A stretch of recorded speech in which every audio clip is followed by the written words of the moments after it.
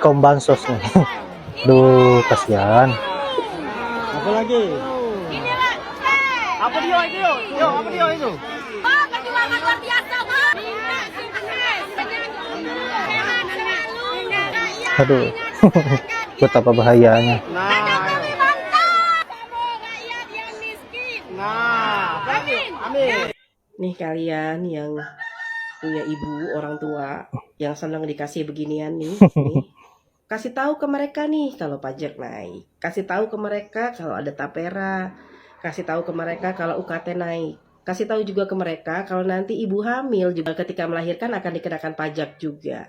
Kasih tahu ke mereka hal-hal yang memang pahit di negara ini. Dan kasih tahu ke mereka jangan mau ditukar dengan sekantong sembako. Ini agak lucu sih. Kok saya jadi makin sering ngelihat bapak satu ini bagi-bagi kayak beginian gitu loh.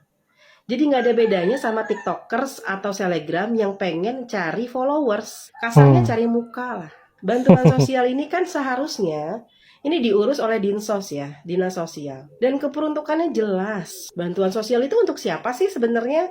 Satu, misalnya untuk korban bencana alam, itu udah pasti dong. Terus kemudian yang kedua, itu kan ada dinas sosial. Dinas yang mengatur fakir miskin, dinas yang mengatur anak yatim, dinas yang mengatur anak-anak terlantar, gelandangan, dan lain-lain. Orang gila yang nggak terurus, itu ada dinas sosial, guys. Dan datanya dia ada. Jadi kalau misalnya dinas sosial yang bagi-bagi ini turun langsung untuk membagikan ke anak terlantar, membagikan langsung ke gembel, ke orang gila, dirawat, dibawa mereka ke panti sosial, ini wajar dan ini uang rakyat diperuntukkan untuk mereka. Tapi ini Betul. sering sekali saya lihat bagi sembako itu langsung turun ke jalan. Nggak tahu yang dibagi ini benar-benar butuh atau enggak. Itu ya konteksnya.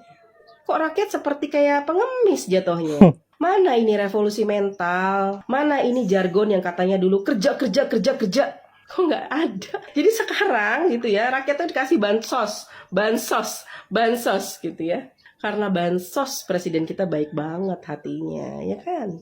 Gitu. Anak Abah sama anak Gama wajib baca ini. Jokowi Smelter Freeport. Assalamualaikum. Mana yang harus wajib kami tengok? Itu, iya. Terus, Hajar bun, hajar. kau bilang apa tadi? Kalau mau merekrut, tengok-tengok dulu Pak, ya kan? Kalau bukan 02 jangan, itulah intinya ya kan? Kalau kau percaya yakin kau bagus tuh, ya kan? Kau bilang lagi, ada tambahan kata-kata kau tuh harusnya. Kalau yang kau bilang untuk kami siap kali lah, tak dapat pekerjaan dari perekrutan itu nggak masalah anak-anak kami, ya kan? Anak-anak muda dari 01, 03 ini apa-apa. Selama ini pun kami cari kerja sendiri. Ya, semua kami cari kerja sendiri, ya kan? Kau ngomong gitu, aku suka kau ngomong gitu. Lantang kau bagus, ya kan? Tapi tambah, bilang juga dan juga kebijakan-kebijakan Bapak, ya kan? Tentang kenaikan harga segala-gala macam lah ya. Tahulah kau itu ya, BBM, pajak, listrik, ya kan? UKT, ya kan? Dan lain-lain itu, apalagi pemotongan tuh untuk kami aja Pak. Bapak harus melihat juga. Bila perlu kami tato di jidat kami Pak. 02. Berani nggak oh? Berani. Jangan Bapak libatkan mereka dengan kebijakan-kebijakan Bapak. Hanya 02 saja yang kami boleh Pak. Hanya buat kami saja itu Pak. Kami siap menanggung itu semua. Kami rela merdeka. Ku tantang kau ya kan. Nah, kalau aku siap untuk tidak bekerja di pabrik yang sudah didirikan oleh Pak Presiden itu, ya kan? Jangan kau asal ngomong aja, ya kan? Ngomong tuh, pakai ini udah aku bilang, pakai ini kalau ngomong ya, jangan hanya ngomong aja kau, ya kan? Dan itu sebetulnya tugas presiden mencarikan atau memakmurkan rakyatnya dengan mencarikan pekerjaan untuk masyarakatnya, ya kan? Apapun ceritanya, ya kan? Mau milih mau enggak, itu memang udah kewajibannya karena dia sudah jadi presiden, ya kan? Begitu juga dia mengharapkan semua orang menganggap dia itu presiden begitu. Cong, Otong, si Otong nih, Si Otong. Ayo, aku tunggu. PT kau ya kan yang mengatakan itu. Kau siap hanya kau dan kelompokmu 02 yang menanggung kebijakan kenaikan daripada program-program mereka. Ayo, tunggu ya, ditunggu ya. Emang iya, yang membuat hancur hukum di Indonesia itu adalah presiden, karena sudah memberikan contoh yang tidak benar ke masyarakat. Salah satunya dengan mengajukan anaknya jadi wakil presiden yang belum cukup umur. Suatu saat tidak akan jadi contoh buat pejabat-pejabat lain. Suatu saat kalau presiden itu berkomentar masalah hukum, langsung dijawab sama pejabat lainnya. Kamu aja menghalalkan segala cara demi anakmu. Masa aku tidak bisa? Makanya buat anggota-anggota DPR, tolong lagi digodok ini masalah pemilihan presiden ini. Jangan sembarangan menjadi calon presiden. Supaya tidak jadi hancur ini Indonesia ini.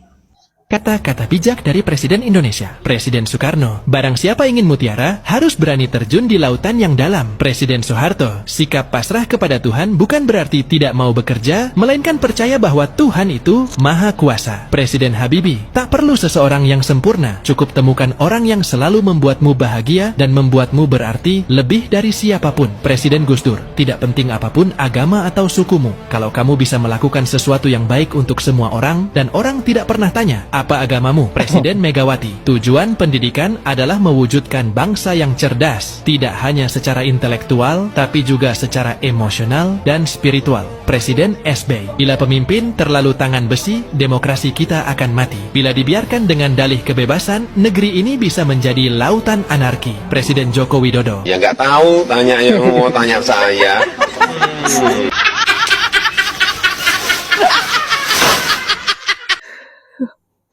Yap, itulah beragam komentar para netizen terkait dengan kelakuan-kelakuan kaum bansos dan juga kelakuan junjungannya yaitu Jokowi sebagai presiden yang terburuk yang pernah ada di dunia ini. Saya kira hanya di era kepemimpinan Jokowi ini, rakyat seolah-olah dibentuk mentalnya menjadi seorang pengemis.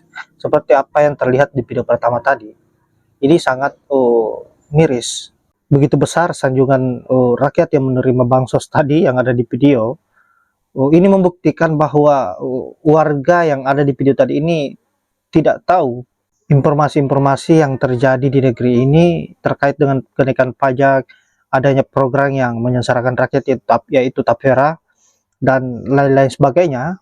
Karena mungkin warga ini hanya berfokus pada bansos yang sebenarnya itu adalah uangnya sendiri, uang rakyat sendiri melalui pajak, dan memang diperuntukkan untuk orang-orang miskin seperti yang ada di video tadi, dan tidak ada sangkut pautnya terkait dengan Jokowi dengan bansos itu, dan bukan uang pribadi Jokowi yang memberikan itu, karena itu adalah uang rakyat, hak rakyat, milik rakyat, dan tidak perlu berterima kasih, apalagi sampai-sampai menyanjung Jokowi seolah-olah ingin menyembah.